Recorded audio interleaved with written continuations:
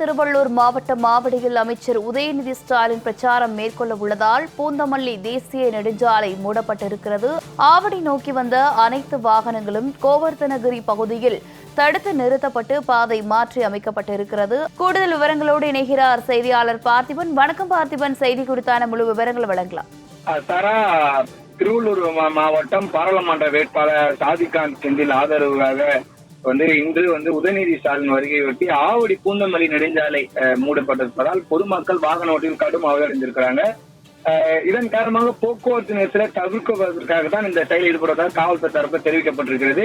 ஆனால் அப்படி ஏற்கனவே இவர் திருவள்ளூர் மாவட்டம் இந்த வேட்பாளர் சாதிகாந்த் அவர்களுக்கு ஆதரவு தெரிவிப்பதற்காக முன்கூட்டியே அறிவிப்பு கொடுக்கப்பட்டிருக்கும்.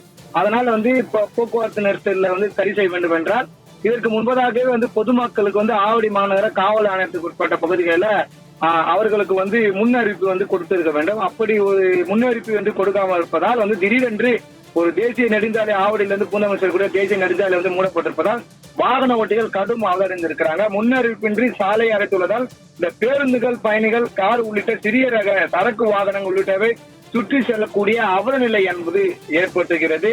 குறிப்பாக தற்போது வரக்கூடிய இந்த வாகனங்கள்லாம் போலீசார் தடுத்து நிறுத்தி ஆவடியில் வரக்கூடிய அரசு பேருந்துகளும் அந்த 4 திசையை நோக்கி திருப்பி மாற்றப்பட்டு இருக்கிறது.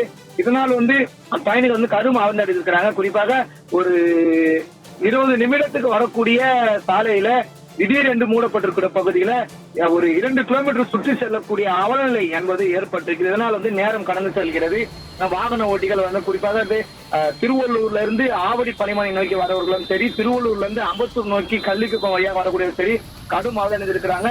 இந்த குறிப்பாக இந்த சாலை மூடப்பட்ட பகுதி கோவர்த்தனகிரி பகுதியில தடுத்து நிறுத்தப்பட்டிருக்கிறது. இதனால் காமராஜர் நகர் வழியாக வாகனங்கள் அனுப்பி வைக்கப்பட்டு அங்கு மாற்றம் செய்யப்பட்டுள்ளதால் கடும் வாகன ஓட்டிகள் அவர்கள் வராங்க. இதை உடனடியாக சரி செய்ய வேண்டும் என்பது பாதிக்கப்படக்கூடிய வாகன ஓட்டிகளுடைய கோரிக்கையா இருக்கிறது என்பது குறிப்பிடத்தக்கது. சாரா, விவரங்களுக்கு நன்றி பார்த்திபன்.